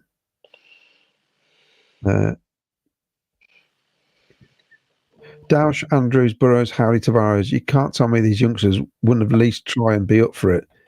Well, that Dausch looked fairly decent when he came on. Just give him a chance. Yeah. Neil Pullin, best player ever brought in was Maguire. we met Neil outside the ground, didn't we? Yeah. Yeah. Assassin's United. Mason Clark hasn't done anything yet and has had plenty of chances. Yeah, true. He's got a long way to go, Mason, I think, before he... Yeah. PSV, Jake, Binks, Bassett and Doven should be playing. This is Liam Was. I'd like to know where the guy is who we bought in, who's never spoken about. Did I just stream that one? I can't remember his name. It's Rodriguez, isn't it? Of course, nobody knows much about him at the minute because he's been out injured, hasn't he? Another Hilsner. So, yeah, Assassins United. O'Hare played 18 games last season. Kelly, Godden and Palmer were mainly subs. So it's down to the manager and players to get out of this. And Wayne again, players out versus players in are not good. How can people say the team is stronger than the previous beggars belief? Also, the atmosphere is very flat again. Yeah, we said that, didn't we? How flat it is. I was singing for the first 5 minutes, and hardly anything in the first half. Which is why you could probably hear the Sheffield fans. We had that 10-minute spell in the second half where it all got a bit rowdy, but that's it. Let's have a look. Some more comments. Ralph Wiggins, my comment was too long to be sent. Get Binks back. Keep it simple, Ralph. Yes. Yeah. PSB Jake, could it be the new assistant managers that are making wrong decisions? Could be. Well, it could be, but it's up to Robbins whether he takes that information on, isn't it? Yeah. Mad Frankie. How mad are you, Frankie? Were you mad? Did you just change his name after Saturday? A new one, Mad Frankie. I've never heard of Mad Frankie before. You were Mad Frankie. Mad Frankie. Mad Frankie. Sakamoto is also poor signing, 2 lightweight. Well, we've got some stats here from Danny. Danny S. White. Danny? 45 goals conceded in the last 30 games, averaging 1.5 a game. We need 2 goals to win a game. Conceded 2 goals 11 times, 3 goals 4 times during this period.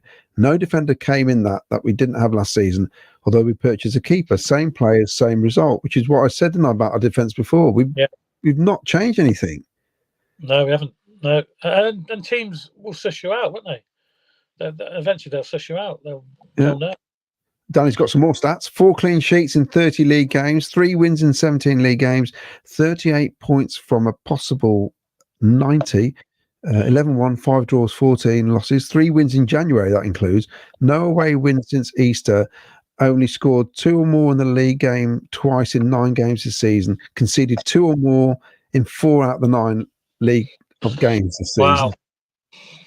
Wow. To me, they're not good. They're not good statistics, are they? No, not really. Carl Thomas, it's been rumoured that Jordan Henderson might be available for a loan move in the Championship. Probably won't happen, but would you take him on loan in January? No. He wouldn't be in Doug King's mould, would he, Jordan Henderson? Not at all. Well, he's better than anything else we've got in midfield, really, isn't he? Well, yeah. He's better than 3 of the players who play in midfield. If we've got him or nothing, then we'll have him. Yes. Yeah. And Danny, 45 million spent in the year, same mistakes week in, week out. Poor game management, tracking on relegation form since February. Yeah. Assassins United, people calling for Dovin should remember he's a young keeper who looks nervous under crosses and dodgy defence.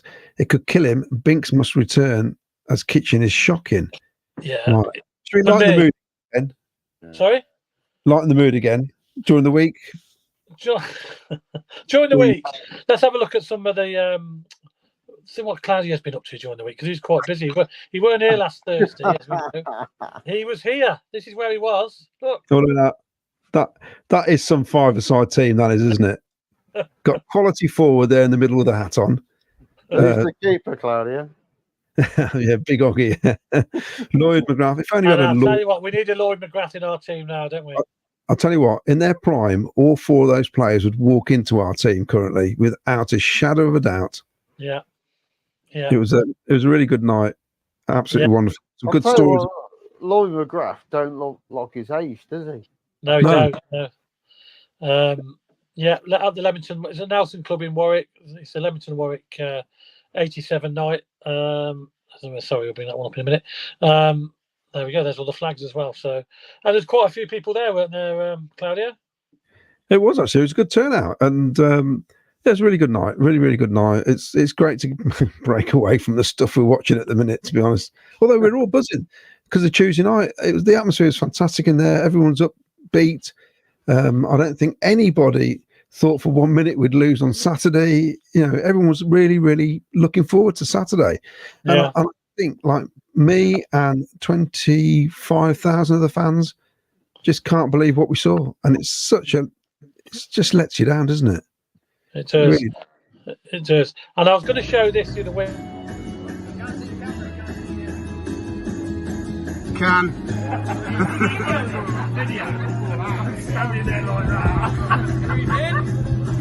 Spend time in a smoky room, hanging on women with cheap perfumes. It never happens to people like us, Nothing ever happens, but it starts from the toilet. Smells of desperation. The streets all echo of aggravation. You wonder why you can't get no sleep when you've got nothing to do, when you have nothing to eat. Your life's slipping and sliding down out of you, and there's absolutely nothing that you can do. Well, we live and die in these towns.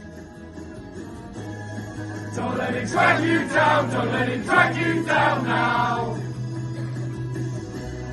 We'll live and die in these towns. Wow. Yeah, I was going to play that the other week, but we couldn't get it on in time. So I said I would play it for them. So I'm sure Colin, you probably know a few people in that video. And this one here, by the way, is a picture of Andy Cogley's family. This is the lad who died the week before the Leeds game at home. He was the founder of the East Midlands Supporters Club, and his family were down Dillon's Brewery, and Miles took a picture of them, and he said he'd put it up for them. We said we'd put it up on the show tonight for them. So our thoughts are with all the family from the guy who passed away, Andy Cogley, and there's a picture of his family. They're all down Dillon's. They're all at the game on Saturday against Sheffield Wednesday. Yeah, fair play. Okay, did you know anybody, Colin, in that video singing? Yeah, I knew Sarah. Yeah. Were you not there then? Well, you weren't there. Oh, working, mate. Unfortunately, I was working, mate. Yeah. Okay. But yeah, it was a good video. It's quality video. That was the what? I think it was the Watford game. Yeah, I was going to put Watford game. Yeah. We couldn't get it on in time. I was working. Like, obviously, as friends do, they send you pictures with like silly big hands and their hands and that, and but it was a good day. They enjoyed it. Yeah. And Claudio, the Leamington and Warwick Supporters Club, are they getting bigger now? It's a big catchment area, isn't it? So yeah, new members. We have actually. It's grown again. We had a bit of a period where it dropped off a bit after COVID, and we now got the players' nights running. Supposedly one in November. There's no date yet secured. We're waiting for confirmation, but they're all on the same night as the other supporter groups. So yeah, I've got my flags. That's the flags. I noticed. Yeah, you got all your flags up. Yeah. I've changed the scenery. I've put up stuff behind me where I was happy. Wembley 87, 83, 84, the old 80, 81, the Purge. When Kevin Gallagher was playing, the other shirts over there. I thought I'd put some old stuff up, and it was. I can't believe Claire, can I just say, the fair play to you, meet the players night. That top was a bit tight on you, wasn't it? Well, this one here, that one. He's dragged that out of the wardrobe, haven't you? You had that in the wardrobe for a few years. It was a bit snug.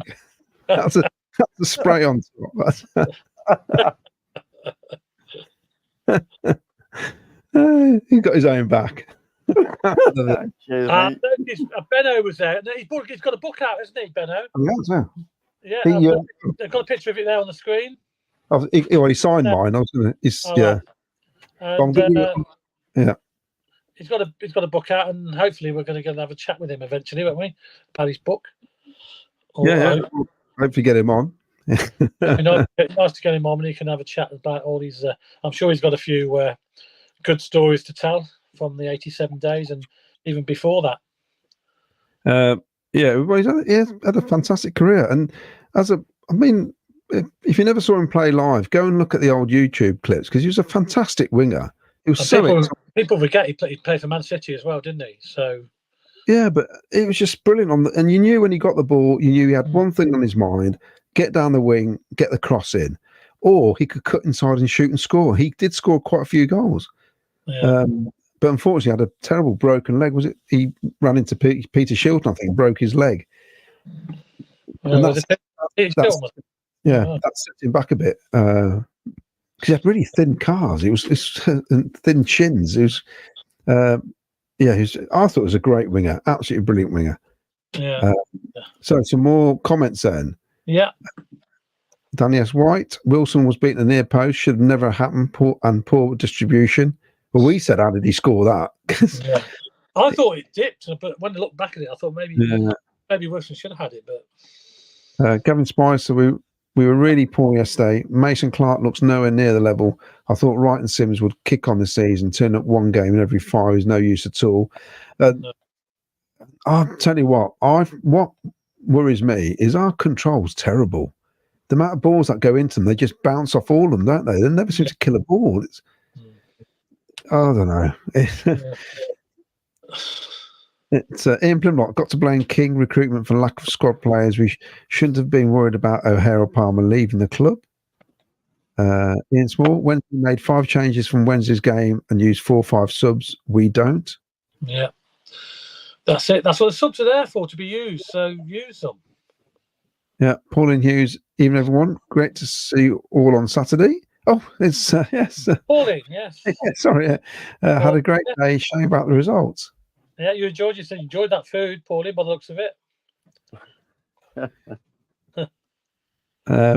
Wayne Litwood, isn't it amazing that we had a stronger team built on loans, freebies, and minimal amount spent on Sheaf, Vic, Hamer? Is MR just not good with spending the higher amounts of cash?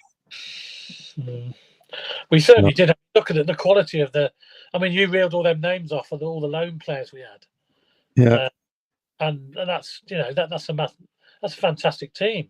And a lot of them signed for us, didn't they? Well, they did. Gavin Williams, you look at the players we've got rid of from Kelly, Fads, Moore, and Godden. Players who are worth their weight in gold off the pitch, probably driving players' standards with their training, etc. And I think we've replaced them. I don't think we've replaced them. Still feel it's madness we never got Matty James in. Well, we needed somebody, but we didn't get anybody in the end, did we? Yeah, Assassins United. It's easy to jump on the right fault for everything. Just to remind everyone, he's our leading scorer. He's playing out of position, and he's the only player who travels the world and plays every game. Just a quick question, Miles. Just a quick one, and Ken. Yeah. So Fad signed another 12-month contract, obviously with Blackburn.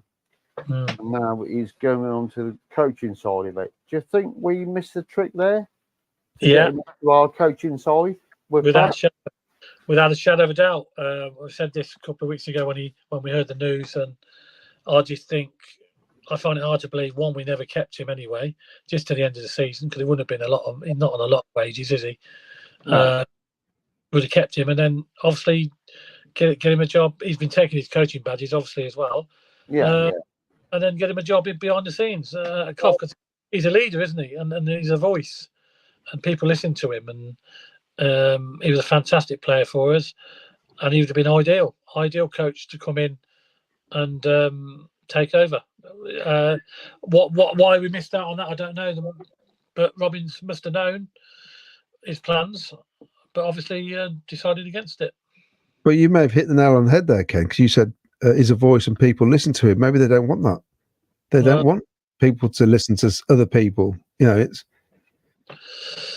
maybe that's what we need at the minute, isn't it? A voice. Nobody seems to be knowing what they're doing. Peter Montgomery would like to see some passion, starting from Mark Robbins. He stands arms folded as if it's in a straight jacket. Assassins Unite. Why not play all 5 goalkeepers together? PSB Jake, I would play 3-5-2. Interesting. Dave Sports Photos, talking about formations is equivalent to rearranging the deck chairs while the Titanic sinks. Phil Bevan, evening guys, I live in Sheffield, had a few fans around my garden, Bart, and not a great afternoon. Barry Bannon must have been the oldest player on the pitch and had more energy than all of us. Yeah. And not only that, he was pointing and berating his teammates when they weren't doing their jobs. He was telling them where to go. Every time he got the ball, I thought he was in control. He was fully in control. Yeah. Kitchen awful Binks in defo. Bassett as an up front, drop Mason Clark, put Tavares there. Colin White, I have to go back to basics now. 2 up top, Doven in goal. Binks has to play for me, Bassett and Asante. Yeah. Sims never runs down the flanks like Victor. That's what Colin says. Exactly what we were saying. There's no. Well, he doesn't at all. He doesn't look for that ball that Big Vic used to look for. He's not doing that, is he? And how many goals did Vic score by getting it out wide and cutting inside? Yeah. You know, or creating the space for somebody else. He just, I don't think we really appreciated how much he did that at the time. Yeah. Ray Carolyn, as daft as it sounds, you don't necessarily play your best players, you play your best team, and they can play together. Robbins doesn't know his best team to play together. Well, a fine example of that is 1966 World Cup final. Jimmy Greaves was fit to play after a couple of games, and Sir Alf Ramsey stuck with the same team, even though Jimmy Greaves, pound per pound, is the best goal scorer in English football ever, goal ratio. Yeah, he didn't play him because he felt he'd got a team on the pitch. 2 previous games where Greaves played, England were pretty drab. Yeah. So sometimes that's the way you go. You know, you go with a team, a collective that works. Yeah. We haven't got there. Paul Cusford, Asante or Bassett down the middle don't work because the ball would never get to play to them. Asante was moved out wide for Sims, but no change in play because the ball was not played to them.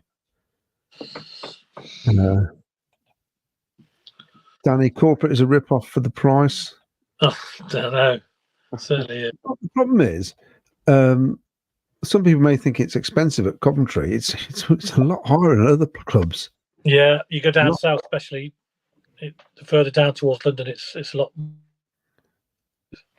Alan Arkins, we have pace on the wings with Van Ivak and De Silva, so maybe it's time for the 3-5-2. Thomas Binks, either Kitchen or Latibadiere, Torp, Sheaf, Rodoni, Mason Clark, Asante Bassett. Danny S. White, King treating Cov fans like cash cows, but the product is crap on the pitch. I'll tell you what, I'm seeing a lot of comments about the new kit as well. The amount of issues with not the black kit, where it's fading already or something, or it's... I've heard this. Yeah, I've heard some of the material's not quite. It's fading and stickers are coming off and stuff like that. Well, my advice is to take it back to the shop because you've got, by law, you've got 28 days to take that back. I've heard about the white kit as well. You know, where they've got delivered, and there's no sponsors on the front. Right. They've had them delivered. You know, you've got that Monza on the front. Yeah. And delivered. There's nothing on there at all as well. Nothing at all. Oh, okay. Yeah, well, in that case, they'd take it back. My advice is to anybody like that, take it back to the shop. They've got the right to, you've got the right 28 days to take that product back if it's not up to scratch. And they should, by law, change it.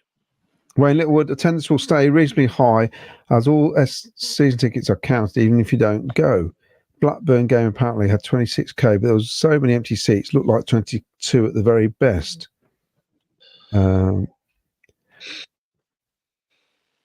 Stephen Sutton's, does the policy of non-loan players need review? Yes. I think it does. 100%. That's what it's there for. It's there to help teams in a situation like we're in now, where you've got a sudden load of injuries and you haven't got the squad deep enough to play the team you want. So you need backup. We haven't got it. There's a point here from Cameron De Rossi. Why do you always play from the wingers then cross? Why not play across the midfields and through ball to the striker? There's Danny saying that Robbins hasn't been at it since February in the league. It's now October.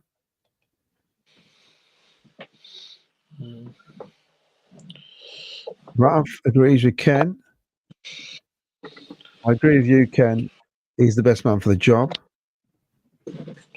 Well, he is, I think, at the moment. Definitely. Wayne Littlewood, my shout would be Daniel Farker. He has what it takes. Well, unfortunately, he's in a job at the moment, isn't he? So we'd have a field day with his surname on this channel, wouldn't we? I'm not even going to pronounce it. Yeah, what the Farker was. I'm not going there. Yeah. Where Farker going up? Where Farker going down? It'd be like that one.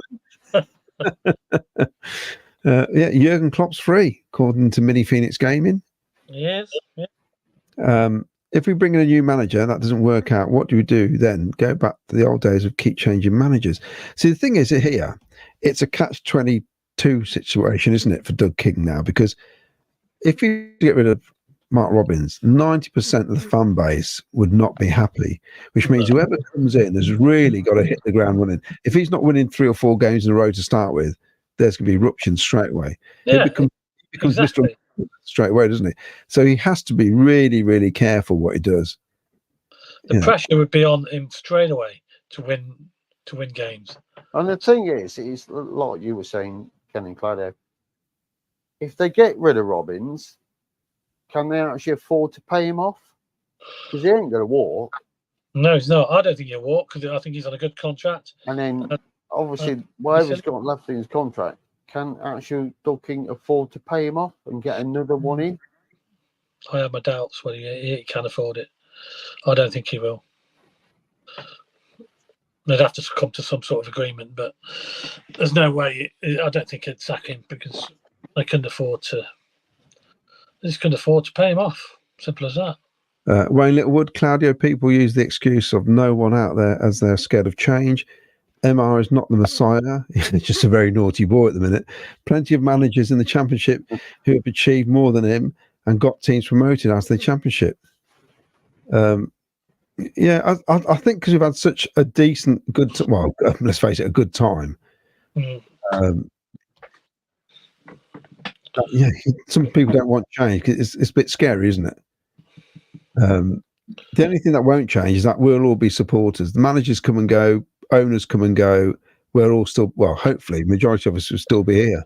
Yeah, players come and go. We all come and go, but we're all, they all change, unfortunately. But there we go. We see the ups. That's where you see the ups and the downs. Terry O'Brien, we need some loan players in to freshen things up. Don't sack the king. That king or the king? The king, as in Mark. Claudio, is there any good Italian manager out there that you wouldn't mind having as a manager at Coventry? Yeah, the one I don't think there is any. The national team at the minute, the one who's manager at Napoli, we could never afford him. Got no chance. I mean, obviously, it's hard for us to say who should we have because we're not sitting there every day looking at what managers are around, are we? But there are managers out there, and they've all got. If you look, but we haven't. I don't really want to look because I'm happy with Robbins. I'm not happy with Robbins at the moment, obviously, but I'm happy with him being the manager at the moment because I think he'll turn it around. Because we've been in this position before, haven't we? Oh, yeah, well, that time, obviously, when the ground was all broken up and everything, and we were doing really, really poor. Yeah. I mean, this time all of a sudden it went bang, and we got to the playoffs.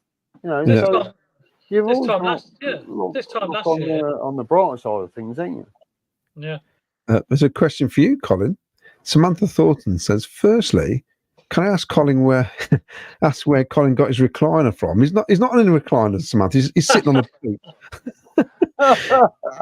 In the summer, we advertised for first team coach and ended up promoting somebody who worked at the Alan Higgs Centre. Surely that shows the ambition budget King is working to. Next manager for me, Cesc Fabregas. I'll tell you what, that, Samantha, is a brilliant shout because he's working wonders there, doing well at Como, speaks well, and would play a good brand of football. You see? There we are. Samantha, you're in charge of finding the new one when we need one. There you go. And I've got a supporter. Yes. But unlike your chair, that looks like it's going to collapse any minute. A Saturday night, Robbins picks a team. The player will ultimately decide if he gets the sack through their performances. Well, unfortunately, that's the case. It's always the players that get the manager the sack, isn't it? Benjamin Taylor, that looks like a new person watching, not commented before. You think with someone like Matty James on a free, it's a no-brainer. Small weekly wage and pay-as-you-play bonus. Need the experience to get hold of and manage the game. I heard Oggy after the game, and somebody mentioned about players who are free, and he was going on about, well, they need time to get up to speed, blah, blah, blah. I'm thinking, oh, they aren't these athletes. Get up to what speed exactly? Because I'll tell you what, I can reckon I could get up to speed at the minute with the way some of the players are playing. Yeah. Well, that's right. I don't think James has been down the pub for 5 weeks or 6 weeks. You know, these are athletes. I'm sure it wouldn't take him long. Weird. Well, they get 2 or 3 days off. Well, not off, but training. But that's 2 or 3 days before the next game. So surely they must be up to speed. Coming into the next game they have to play. Yeah, but this is bringing in free transfers, whatever, free agents. I mean, they're not going to be unfit, are they? It's not going to take them that long to get up to speed. Anybody thinks we're playing top 6 Premier League football. Mad Frankie, King gambled on improving signings with a view of selling them on for profit. We should have signed proven championship players. I like this. Anything that starts like this is from Ray. How's this for being controversial? Let's go back to the Coventry Civic colours. Red and green might change our look. Well, we wore them once, way back in 18 something or other. You remember that? I can't remember that far back, Mark. I remember that. I've changed my mind. Robin's out. Oh, Finn. Oh. This is Andy. See, Andy's gloating because I said Oxford are going to get the fewest amount of points ever in Championship history, and they're having a great season. Claudia needs to stop washing that shirt on 90 degrees centigrade cycle. Yes. It's all the pies I keep eating. We've got so many comments. This is great. Right, this is from On the Up. Great show. Let's try and be positive. Just a new era support in City. Great to see Ken yesterday. Great bloke. You've paid him. Thanks very much. Who was that? On the Up? On the Up, yeah. Okay, then. Looking ahead. Before we go looking ahead, Chris Baker, was everyone under the narrative we can't afford to pay a manager off? Well, Michael Harding. Yeah, they can't afford to pay him. What about the Welsh lad who was in charge at Luton? And that's like I says, Saturday night, who'd ever heard of Danny Roll in England to find one of the thousands to choose from? Question for Ken then. Yeah. Oh, Wayne. When will he get to the point when you want things to change? I want MR to currently stay, but for me, if we are bottom 3 at the end of November, then that's my cut-off point. Well, yeah. Where's the cut-off point? That's a good question. I don't know. I think there's got to be a time, obviously, when you've got to cut it off and think, look, he's took us as far as we can. He can, and maybe I don't personally start looking at the league table, as I said to Claudio, till about Christmas time, because it changes so much. So I'd probably give him till Christmas at least, and if it hasn't improved by then maybe look at it, and say, well, maybe he has took us as far as he can. He's not going to be able to turn it around. But certainly at the moment, I think he's the man for the job, and I think he'll get us going sooner rather than later. But I'll still put my blame with the players at the minute. There's players out there that are not doing it. Simple as that. We know they can do it because they've done it in previous games, and now they're not doing it. So yeah, I'll give it to Christmas, Wayne, I think, and then I'll review my decision. Oh. Chris Baker can't keep going on. can't keep going on. Oh, he can turn it around every season. Eventually, it's not going to happen. If it's a decision between League One football and Robins going, I know which one I'd prefer. There's a good from Kev 380. 31st of October last season, we had 6 points after 14 matches. Wow, there you go. That West Brom game at home. Huddersfield Town were in the playoffs one season, then got relegated 2 seasons later. Yes, you know, so they did. They did. Yeah. Yeah, in 1993, we topped the Premier League. You know, it's what happens now. That's all Doug King's going to be worried about. Robbins has always worked better when under adversity. He's basically has 2 weeks to sort it out now. Finn agrees with Samantha. That's Fabregas is a great call. Roy Shropshire, the problem with loan players is the clubs would expect them to play and not to be bench warmers, wait until someone gets injured. But we've had good loan players that played. They were playing. The problem is recently we've been getting loan. I mean, Binks, he eventually started last season, but for some reason, that's the reluctance of maybe our coaching staff not to play these players. GLB boxing, Sheffield Wednesday got Danny Roll. We would end up with ham and cheese roll. Terry O'Brien, Carsley, if England don't get it. If England don't want him, Carsley might be a good shout. I thought what's interesting is that Andy Wing had posted on his Facebook page that Solihull Moors, out of all the 5 divisions, have got the best away record out of everybody. And I nearly wrote him a message to say, any chance he can speak to our coaching staff, because we can't get an away win at all. No. Fair comment, Ken. If we were to make the change, it would have to be before the window starts for a new manager to bring his own players, if we have money to spend.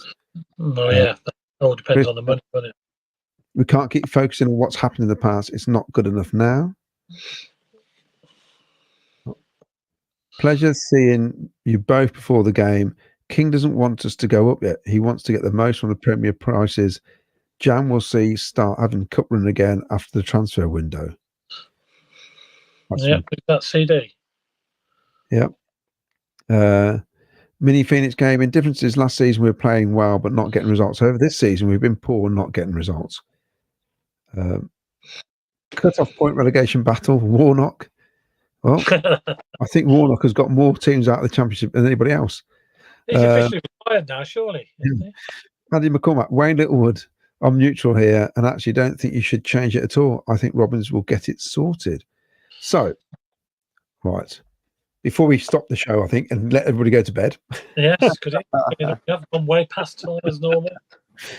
Where do we go from here then? We've got the break. Can you actually see it improving at all? No. Soon. Yeah. Well, go on, Colin. I'll let you go. Go on. The thing is, the next game is it Preston away after our kickoff, isn't it? Yeah, I'm going up to that. I'll tell you what. We ain't got a good record against them, have we? Really? These are the next 4 games. Well, I'll read them out. Okay, man. So, what do you think? From Preston away, QPR away, Luton at home, Middlesbrough away. So we've got 3 away games, and Luton at home. I'm going to go. I hate to say this. 2-1 Preston. We don't be spot on. Just how many wins or draws? Okay, lose against Preston. Yeah, West Brom.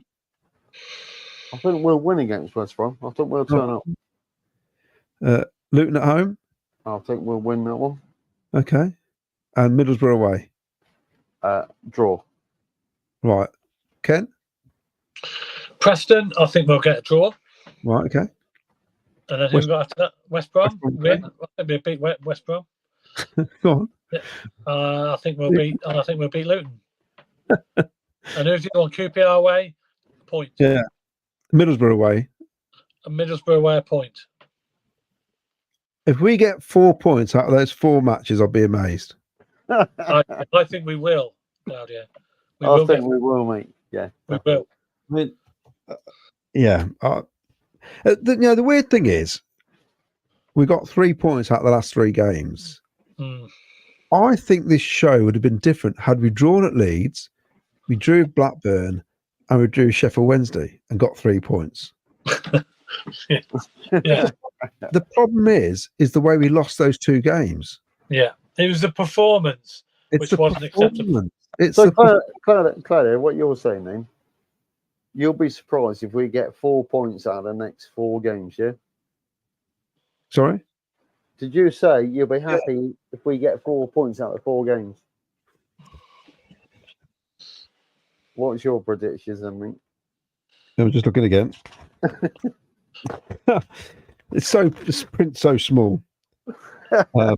I said West Bromwich QPR, isn't it? So it's Preston, QPR, Luton, Middlesbrough. West Brom's not till December, is it? Well, my mate's a QPR fan. He says they're rubbish, so you never know there. But I reckon we'll only get 4 points out of those matches. I think we'll get more than that. Can I just say, that doesn't mean we're going to lose any. It's 4 matches. What I'll do you, dear lad. So, if I get more points than you let me have your seat in the box and your freebie. Bill? He won't be happy about that. No, he won't be allowed in there.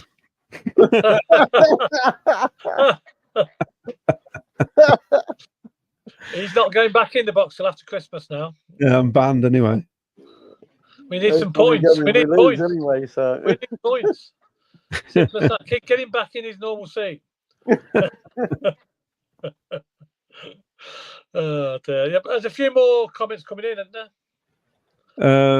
Before we go, I've just seen this one. Andy McCormack, Preston and Luton are dreadful. What was the other one? Oh, great show, fellas. Let's hope, pray it gets better. We all want this. Fexer, we don't have West Brom after Preston. It's QPR. But I pointed out, yes, it is actually QPR, not West Brom. Mad Frankie's been back on. We have more shirts than points. Yeah. Yes. Michael Harding, 1 point for the next 4. Wow. Finn says it will come good. We have too much talent to go down. Mid-table this season. So we might have to write the season off. On the Ups come back on and said, is this the Wayne Littlewood show? No, he's not. He's on today, actually. Commenting only. We don't. People who watch, we know they're not mugs. They know, they've seen exactly what we've seen. They know it's not good enough, and I'm not going to come on here and pretend it's fantastic when it's not. Yeah, because you all think I'm an absolute lunatic. Yeah. It wasn't good enough yesterday, and when our manager says it's poor, very poor. Yeah, the manager is called out everybody, so it's absolute garbage, basically. So I'm siding with Robbins. I agree with Robbins. It was poor. We might as well leave the last comment to Wayne Littlewood, since it is his show. Andy McCormack agreed. I wanted to stay, but there has to be a cut-off point before the ship sinks. Yeah. Well, there you go. Let's hope there's no ships sinking for the time being. We've got a week off to recover. We've got a nice international break. We all love international breaks, don't we? Yeah. We've got a quiz Thursday. We've got a quiz on Thursday, so we're still here. We've got a quiz. I won't be on, unfortunately, I'll be at work, but there will be a quiz. I shall be giving my questions in for you to answer, even though I'm not there. But there'll be a quiz, so everybody can still join us on Thursday evening with Miles and Claudio and Victoria. So that was a good laugh last time, weren't it? Thanks for coming on, Colin. Yeah, Colin, appreciate you coming on. And did you enjoy it? Thank you very much, guys. It's been a pleasure to speak to you. Thank you. Yeah, because you normally comment, don't you? You've commented before. Yeah, quite a few times, yeah. Yeah. It's nice to be on. It's different when you're on, isn't it? Because you know what's... Yeah. You can see what goes on behind the scenes and stuff. But yeah, it's been a pleasure having you, mate. And thanks very much. You can come on again in the future. And anybody else who wants to come on out there, just send us a line on you. Just send us an email and with your details, and we'll try and get you on one of the shows, either on a Thursday night with Miles 7:30 or on a Sunday night with myself again at 7:30. So just send us your details on an email, simple as that, and we'll try and get you on. So thanks for all the comments, appreciated all them. There's been loads of comments again tonight, and without the comments, of course, there'd be no show. So we've had loads of viewers as well, so it's been great. It's been a bad weekend for us. It's always a miserable weekend when we lose, especially going into the international break. We can't put it right now until, unfortunately, of all teams, Preston away. where we haven't won since when is it, Claudio? Never? 1910, something like that. 1910. So We've not won. We've not won there in the league. That was in the cup. We won twice. It's been I think it's 1904 actually. well, there you go. I mean, well before any of our time. So it'll be nice to get a win there of all places, wouldn't it? That would certainly set us up for the season if we get a win at Preston.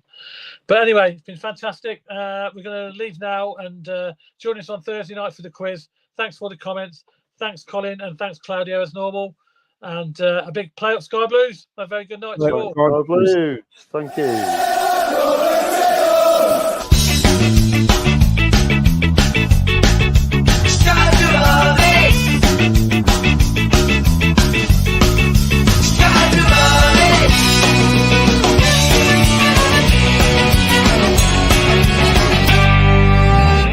Sky Blue Fans TV, for the fans, by the fans.